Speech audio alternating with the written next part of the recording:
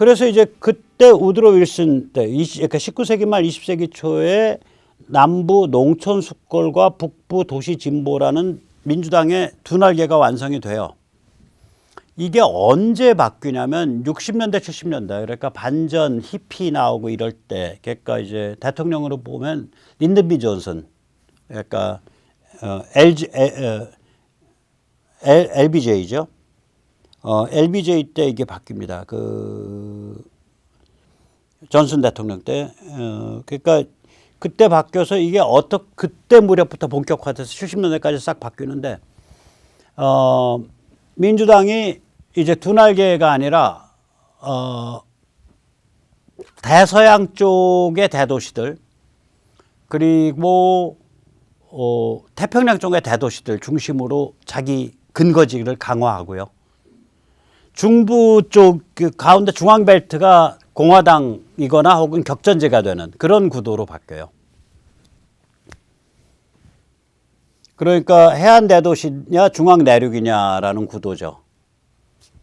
그래서 그때는 이제 민주당의 두 날개가 아니죠, 더 이상. 그러니까 두 날개 버전 1에서 대도시 해안 중심으로 바뀌어요. 그게 70년대에 일어난 일입니다. 60년대, 70년대. 그러고 나서 점점 더 이 극좌 요소가 기어들어와요, 민주당에. 그래서 2000년에 이제 클린턴이나 특히 오바마가 되면 이건 극좌 요소의 전성시대죠. 그래서 그때 민주당은 이제 그때부터 2000년대 들면서 극좌냐 온건이냐 두 날개 버전이 되죠. 극좌냐 온건이냐. 그러니까 극좌 요소와 온건 요소 두 날개를 가진 두 날개 버전 2가 나오는 거예요. 지금 무슨 일이 벌어지고 있는 거냐. 이 극좌와 온건, 이 두 날개 버전 2가 찢어지면서 아마도 민주당의 장기 침체로 전락할 거다. 왜냐면 찢어지는 건 지금 눈에 보이는데 이게 왜 장기 침체돼? 저는 이 악마와의 결합 때문에 그렇다고 봐요. 그러니까 글로벌리스트 악마 내러티브. 이런 식으로 악마와 결합을 하고 나면 이게 꼬여갖고요. 이게 망가져서요. 그 다음에 살아날 수가 없어요. 정신이 뿌리부터 썩어버린 건데. 진실 뭐 중요해요? 남녀 구분 뭐 중요해요? 선악 구분 뭐 중요해요? 시비 뭐 중요해요? 뭐 이런 거고 역사 다 부정해요. 우리 유럽사, 미국사 이거 중요한 거 아니에요? 이렇게 되는 거 아니에요? 미국의 중세 그런 거 없어요. 얼마 전까지만 해도 미국의 중세 그러면 유럽의 중세고요. 미국의 고대 그런 거 없어. 우리 얼마 전까지만 해도 미국의 고대 그러면 최소한 정신적 문화적 전통에서는 메소포타미아와 에집트의 고대를 가리켜요. 그리고 미국의 현대 언제 시작했지? 언제 어디서? 그럼 그거는 14세기, 15세기 때 어디야? 14, 15, 16세기 때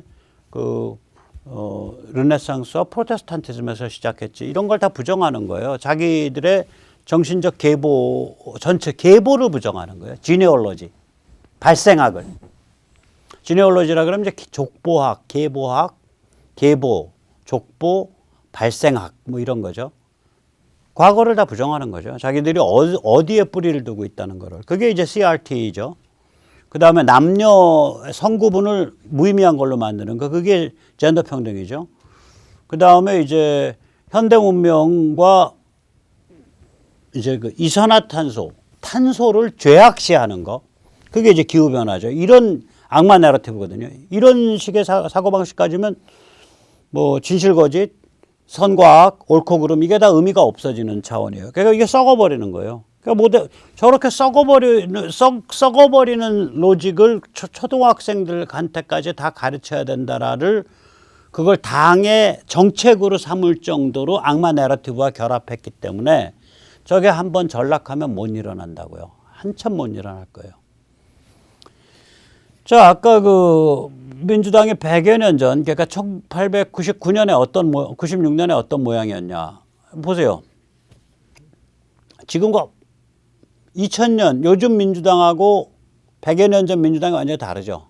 요즘 공화당 지지 기반, 빨간색의 공화당, 민주당이 파란색이에요. 그러니까 민주당이 아직 두 날개로 날아오르기 직전입니다, 저게. 그러니까 이 농촌 숫골 민주당, 도시 진보 민주당 이렇게 두 날개로 날아오르기 직전. 그래서 저게 이제 아까 말씀드린 두 날개 버전 1, 농촌 숫골 민주당, 도시 진보 민주당 두 날개 버전이 되기 시작하면서 이 대서양과 태평양 쪽에 민주당이 슬금슬금 올라오고 중앙에 민주당이 공화당과 슬금슬금 자리 바꾸기 시작했는데 그 자리 바꿈이 언제 완성되냐? 반전데모 반전 이런 거 히피 린든 B 존슨 이 시대 그러니까 1960년대 70년대 요 시대에 자리 바꿈이 끝나서 지금 오른쪽 모양새가 대충 나와요. 그때부터. 저 오른쪽 모양새 나온 다음에는 그 다음에 또 두 날개인데 그때 두 날개는 이제 농촌 숫골이냐 도시 저거냐가 아니라 도시 진보냐가 아니라 그때는 극좌 날개와 온건 날개. 그러다 지금 우리가 보고 있는 현상은 두 날개가 찢어져 버린 거예요. 그래서 미국이 이제 국가부도 가냐 마냐 이 소리까지 나온 거예요. 법이 통과가 못 돼서.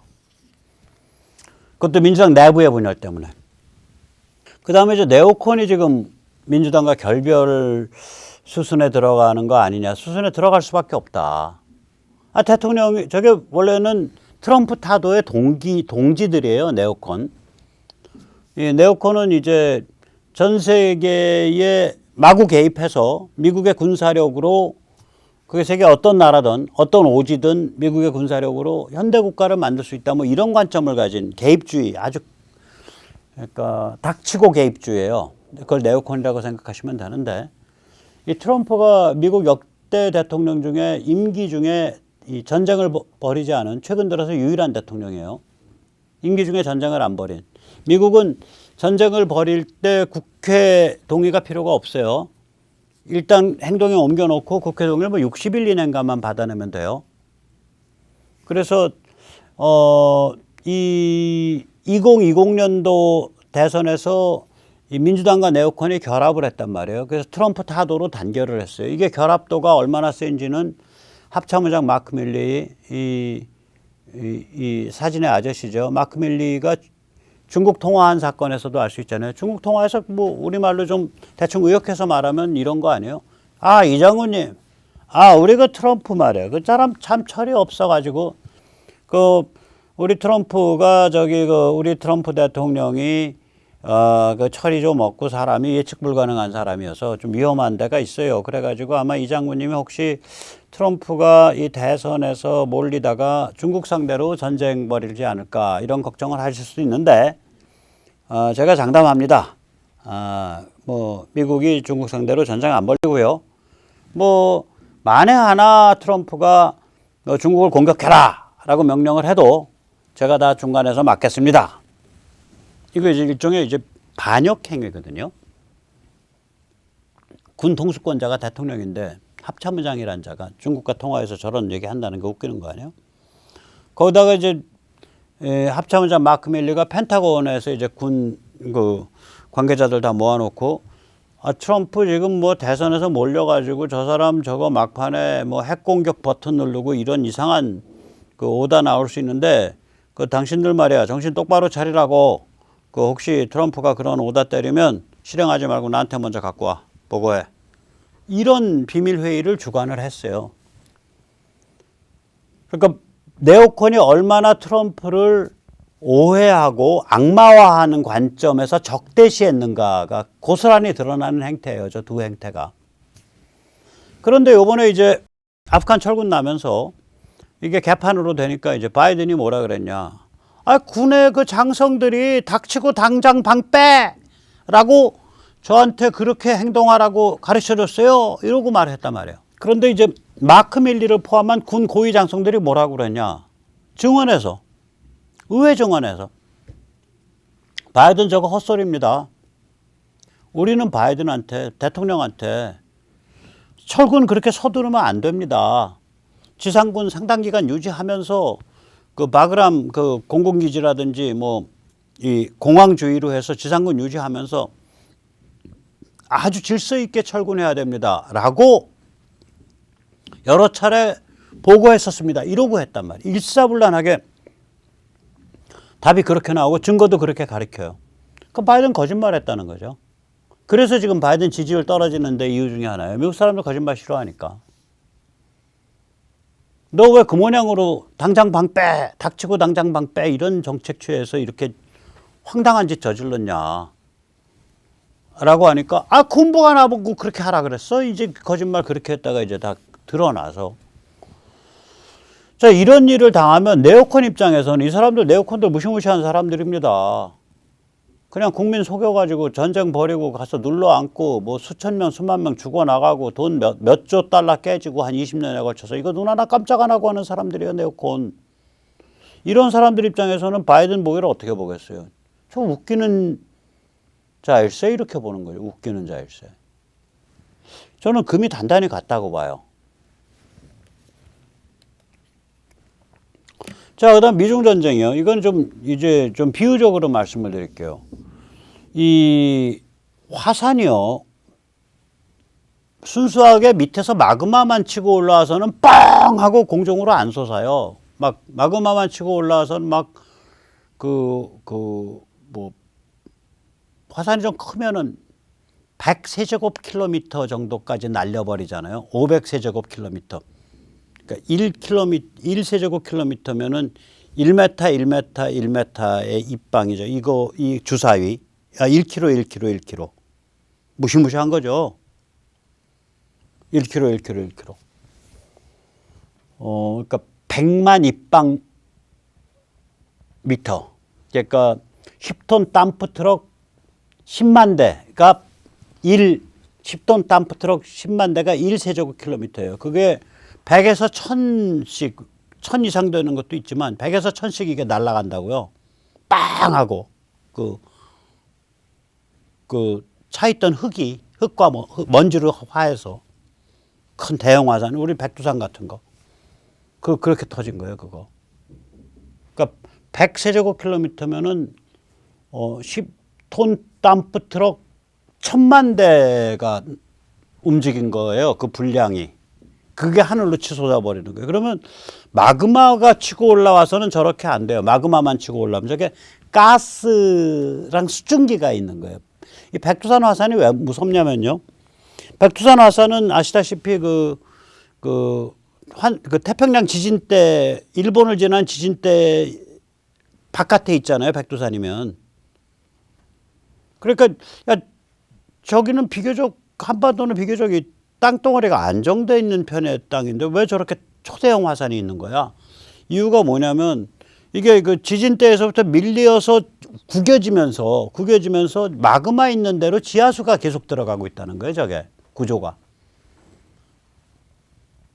그러면 저게 뭐 마그마가 온도가 몇 도인지 몰라도 뭐 한 2000도, 3000도 된다 그러면 그 안에서 이제 땅이 이렇게 밀려 들어오니까 지하수는 들어가는데 그게 또 이상해 가지고 바깥으로 이 증기가 뽑아 나오지 못하는 거죠. 그럼 거기에 이제 초고온 고압이 돼서 그게 에너지가 이제 축적된다면 빵 하고서 이제 위를 뚫어버리는 거죠. 무시무시하게. 지금 그런 비슷해요. 막힌 상태에서 내부 폭발력이 계속 증가하고 있는 거예요. 그러면 초대형 화산이죠, 이게. 이 미중전쟁 그런 상태입니다. 그러니까 바이든은 일단 말로만 반중을 하고 있어요. 그 진짜 반중을 하는지 안 하는지 시금석이 딱 두 개 있습니다. 제가 말씀드리지만 우선 하나는 코로나 기원 규명을 하면서 책임을 추궁하냐. 그게 하나예요.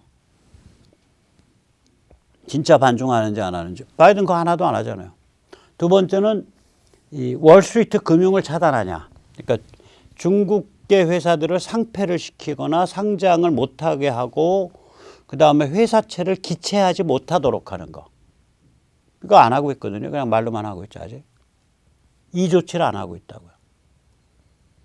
그래 놓고, 야, 이거 간접적인데 굉장히 지능적인 중국 섬기기 아니냐라는 조치들이 있어요. 이게 이란 살려주기.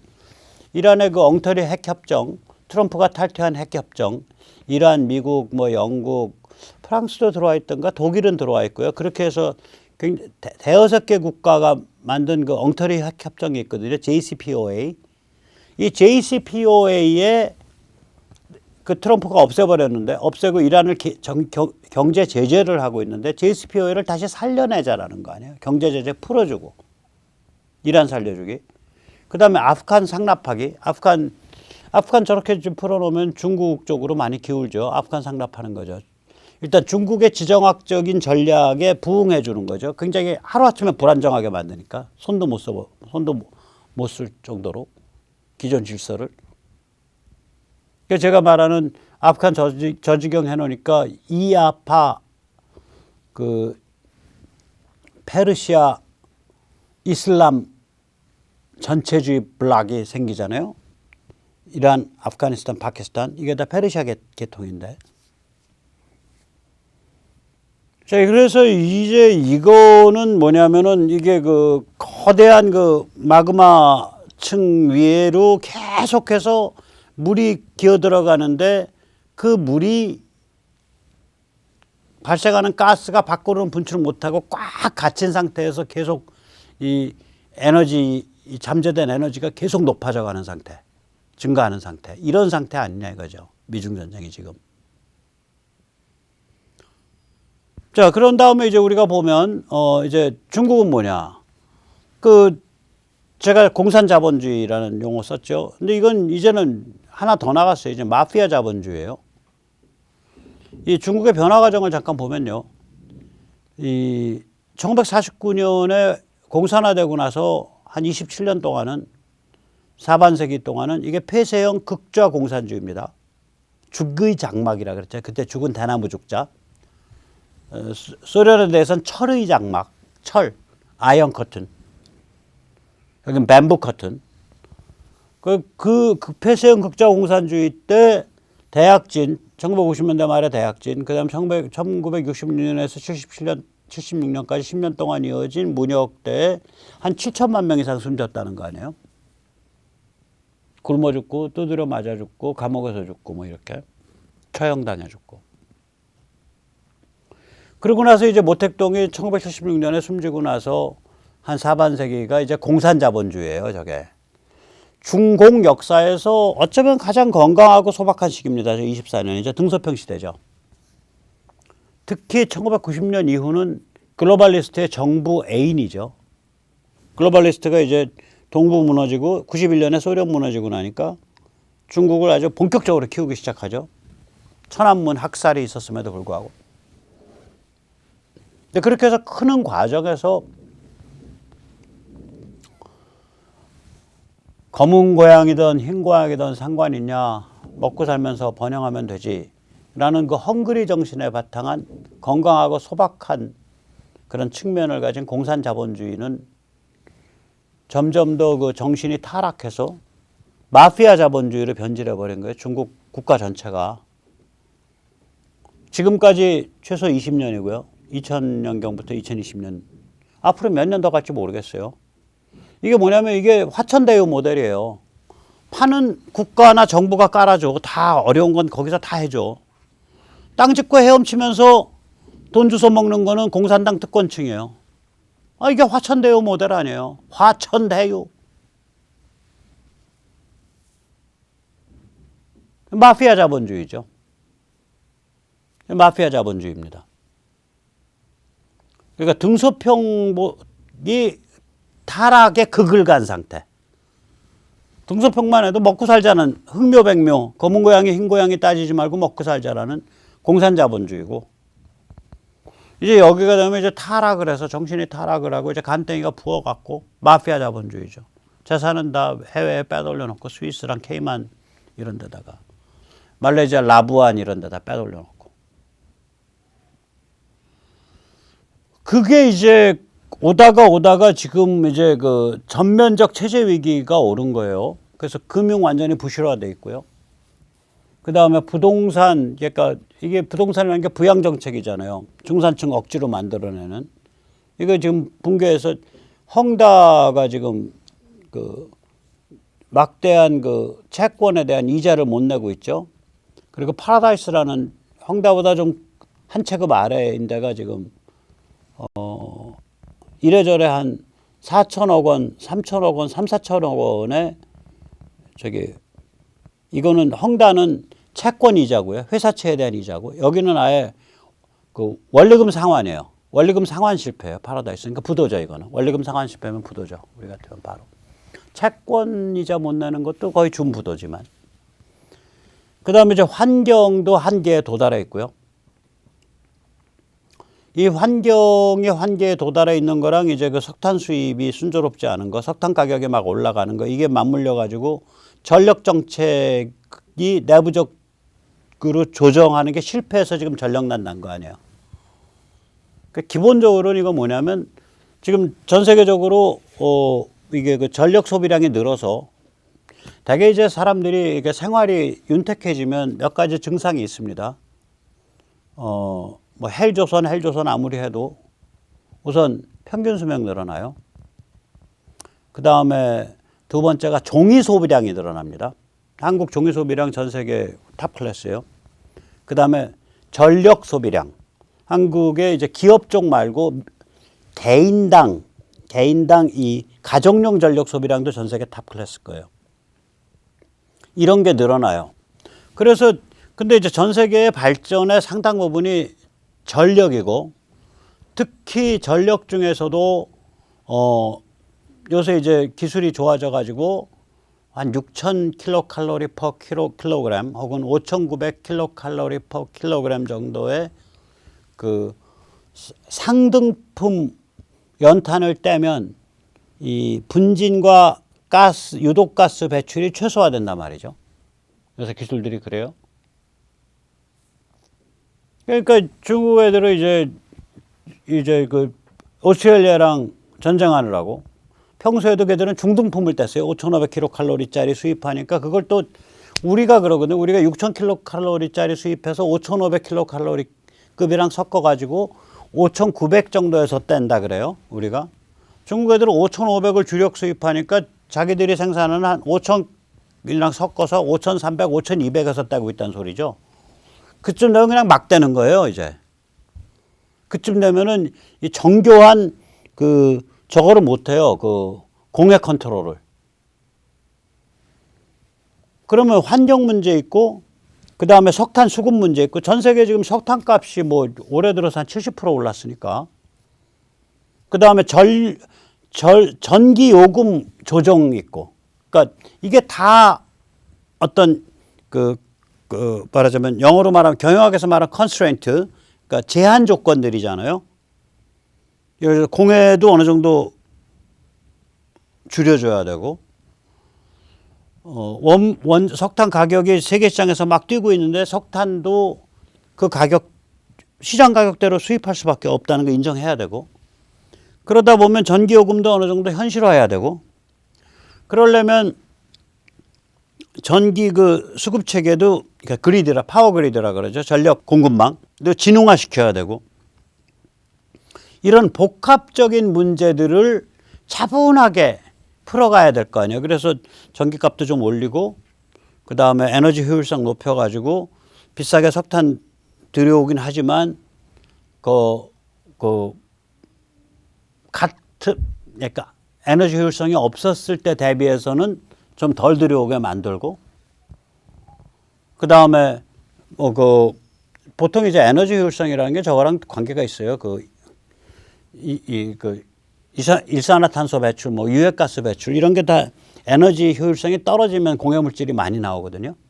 그러니까 이 공해 처리도 좀 하고, 그 다음에 전력 공급망도 좀 진흥화 시키고. 이런 복합적인 거를 차분하게 이렇게 준비해서 풀었어야 되는데 한 10여 년에 걸쳐서 이거 하나도 안 해놨다 뻥 터진 거예요. 지금 전기값 올리자니 공장 문 닫고 그러게 생겼고, 전기값 안 올리자니 전기를 못 만들겠고, 이런 문제. 그래서 전기 만들고 전기값 안 올리고 하려니까 이게 아주 저질 석탄 해가지고 막 4,500칼로리 5,000칼로리에서 마구 떼야 되고, 그러면은 지금 한계에 달한 공해가 폭발하고 이렇게 닥치니까 이거 어떻게 해야 돼? 어떻게 해야 돼? 해서 마비돼 갖고 이번에 전력난 난 거예요, 이게.